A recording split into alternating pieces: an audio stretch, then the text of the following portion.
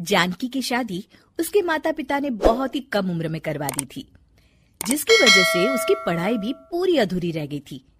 लेकिन जानकी को जब भी वक्त मिलता था, वो अपने आप को किताबों में व्यस्त कर लेती थी। अरे क्या कर रही है तू? जब देखो बस मौका मिलते ही किताबों में घुस जाती है। अरे घर के काम कौन करेगा? और नहीं तो क्या।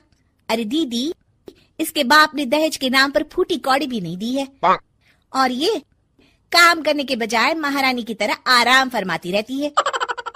तू क्या सोचती है, हम तुझे यहाँ बिठाकर मुफ्त में खाना खिलाएंगे? अरे जरा बाहर देख, आसमान फटा जा रहा है, कभी भी तेज बारिश हो सकती है। चल जल्दी जा, छत से गेहूं उतार कर ले आ। जी दीदी, अभी जाती हूँ। जानकी छत पर जा ही रही होती है, तभी उसके ससुर जी आवाज देते हैं।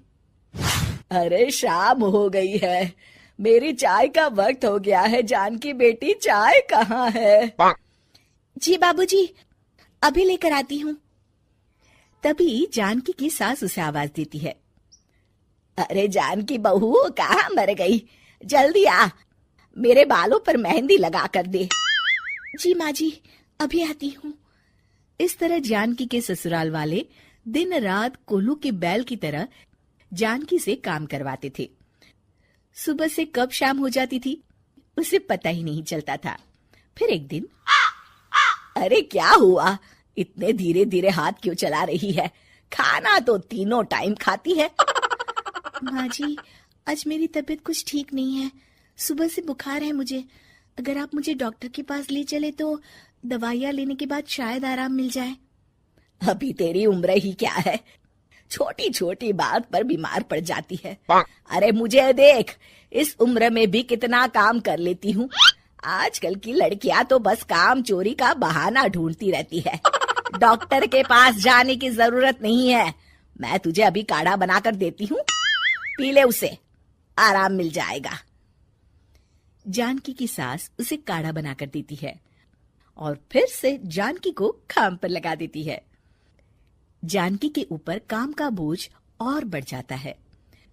दोनों जेठानी अपने हिस्से का काम भी डांट डपट कर जानकी से करवा ही लेती थी।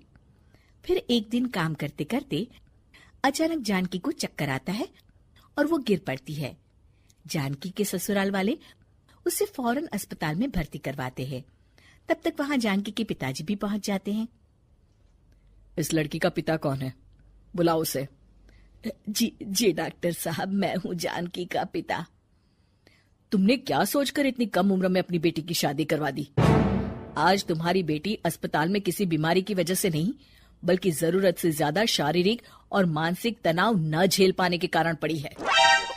अब क्या बताऊं डॉक्टर साहब, हमारे यहाँ तो लड़कियों की शादी कम उम्र में ही करवा दी जाती है। अब आप ही बताइए भला मैं क्या कर सकता था। अरे भाई, अब जमाना पहले जैसा नहीं रहा।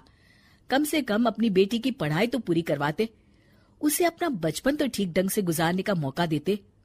तभी डॉक्टर साहब जानकी की सास से कहते हैं, और आप बहन जी, इतनी कम उम्र की बच्ची से दिन रात इतना काम करवाते हुए आपको जरा भी शर्म नहीं आती?